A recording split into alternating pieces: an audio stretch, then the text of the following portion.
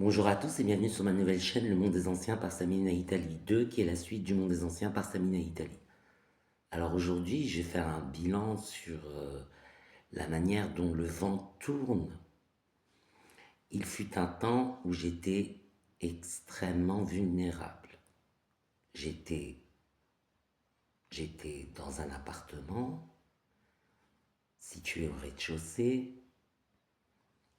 J'étais marié et en situation de handicap. Autrement dit, ça c'est les 3 points sur lesquels on a extrêmement piétiné. Déjà que j'étais,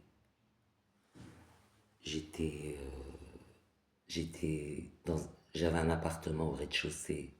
On m'a brisé les carreaux pour s'introduire dans mon appartement quand je n'étais pas là, et quand j'étais là, là c'était la menace sous la force, donc j'étais obligé d'ouvrir si je voulais pas me faire agresser en sortant de chez moi. Donc ça a été bien piétiné. Que j'étais marié, c'est simple. J'ai présenté mon mari à tous mes amis. Et mes amis ont décidé de faire bande à part avec lui, tout simplement.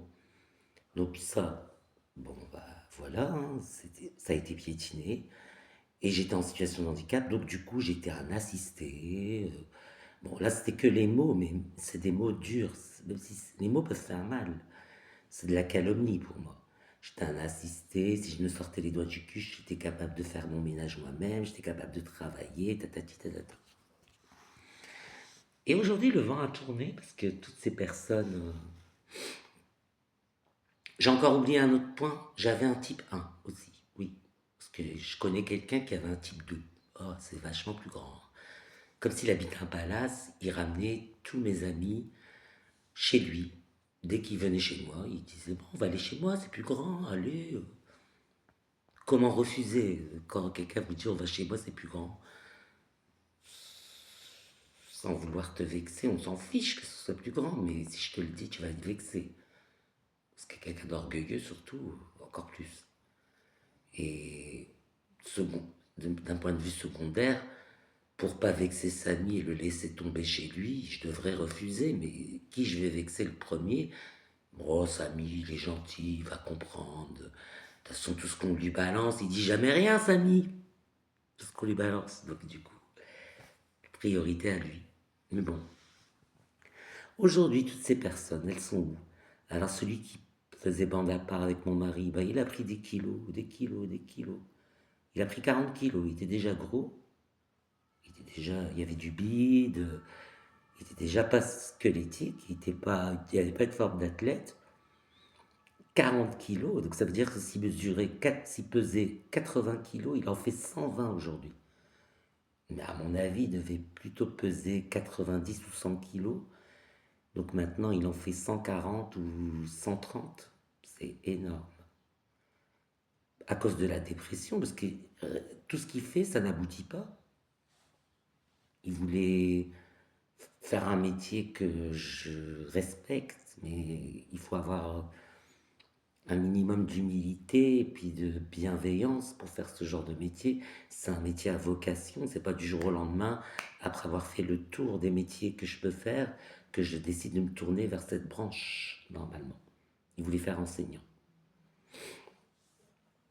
Alors j'imagine même pas la discrimination sexiste et raciale, parce qu'il est raciste, il est sexiste, il est homophobe, tout. Antisémite, tous les défauts de la Terre. Et j'imagine même pas comment ça doit faire dans une salle de classe un professeur comme ça. Il est genre à draguer les minettes et mettre des sales notes à leurs copains. Donc heureusement qu'il a échoué, parce que sinon j'ose m'imaginer ce que ça aurait donné, mais ça aurait fait un truc bien pourri. Donc voilà, il se cherche, voilà.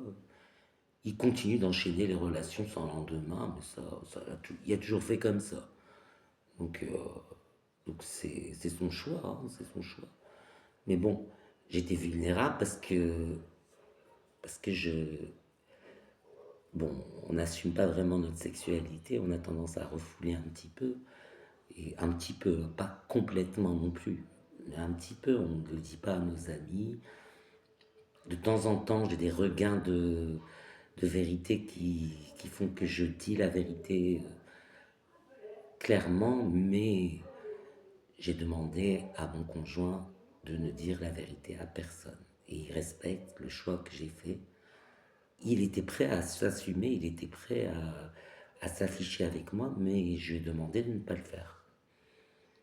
Au moins, il peut se trouver une maîtresse, parce que si on s'affiche, bah, la maîtresse, elle va se demander pourquoi il veut d'elle. Mais déjà ça, parce que moi, sexuellement, ça va pas, parce que je peux pas assumer un homme, surtout sexuellement, jusqu'à la fin de mes jours et espérer entrer un jour au royaume des cieux. Je l'ai déjà dit dans une vidéo précédente, c'est pas possible. Donc, tu ne cohabiteras pas avec un mâle d'une cohabitation sexuelle. On vit pas ensemble et on baisse pas. Voilà, comme ça au moins c'est clair. Donc s'il veut assouvir ses désirs, il faut qu'il se trouve une maîtresse et c'est fait. Il a trouvé une maîtresse. Alors aujourd'hui, le monsieur, il a grossi, il cumule les échecs. En plus, c'est un artiste raté, donc je ne raconte pas les échecs qu'il a cumulés dans sa vie. Et bon, il est complètement facho. Alors, son engrenage idéologique correspond à sa façon de penser. Et voilà. Maintenant, celui qui m'a mis dehors de chez moi, bah, il se retrouve à la rue en hiver parce que ce qui s'est passé, il y a eu un incendie chez moi. Donc, l'appartement a dû être évacué. Les pompiers ont éteint le feu, mais l'appartement est inhabitable. Et le bailleur qui me louait l'appartement a récupéré son appartement en barricadant toutes les fenêtres et en changeant la serrure. Comme ça, au moins, il n'y a plus personne dedans. Et moi, ça me permet de résilier le bail parce que je payais pendant que les squatteurs vivaient dedans, je payais. C'est le destin, c'est le destin, mais c'est les sentiments négatifs, il ne faut pas, bon, les extérioriser, si, il faut les extérioriser, les sentiments négatifs, mais pas de manière abusive.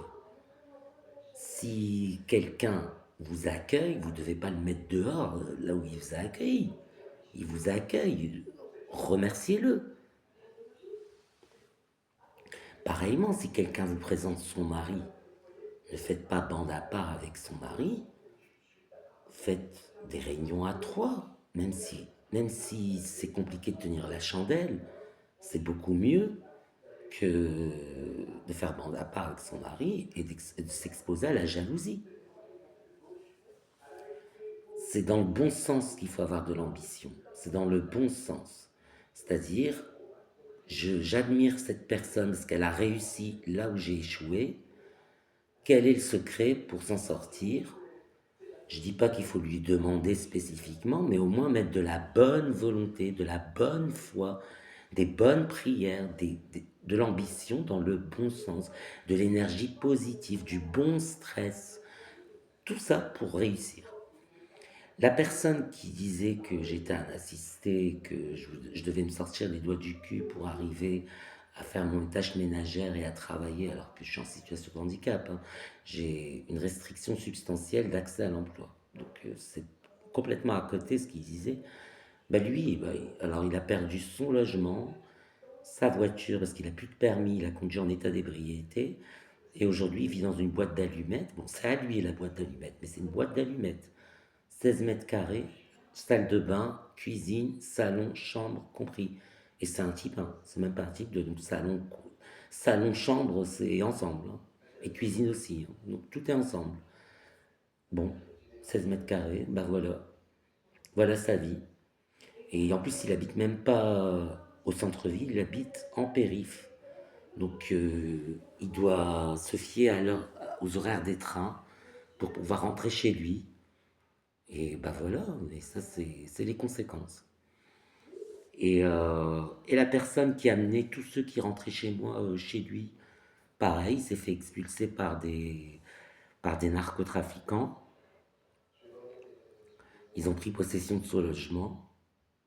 Mais cette fois-ci, pour lui, le problème, c'est qu'il est propriétaire. Donc, je sais même pas s'il a revendu ou s'il continue de payer le crédit. Je sais pas. Mais tout ce que je sais, c'est qu'il est sous curatelle et que sa curatrice lui donne une misère par semaine, 40 euros par semaine.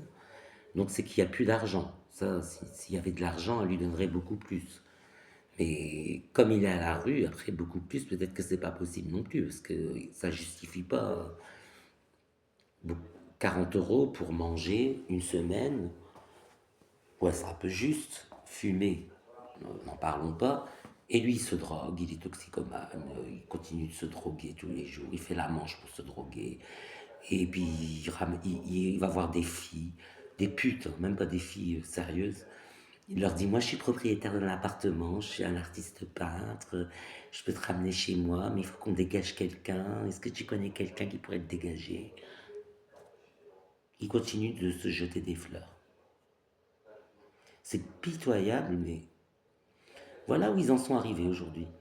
Tous ces gens-là qui me souhaitaient du malheur, qui ont piétiné le peu de choses que j'avais construites, qui ont marché sur les points faibles que j'avais, aujourd'hui se retrouvent complètement paumés et c'est bien fait pour eux. Ils l'ont bien cherché.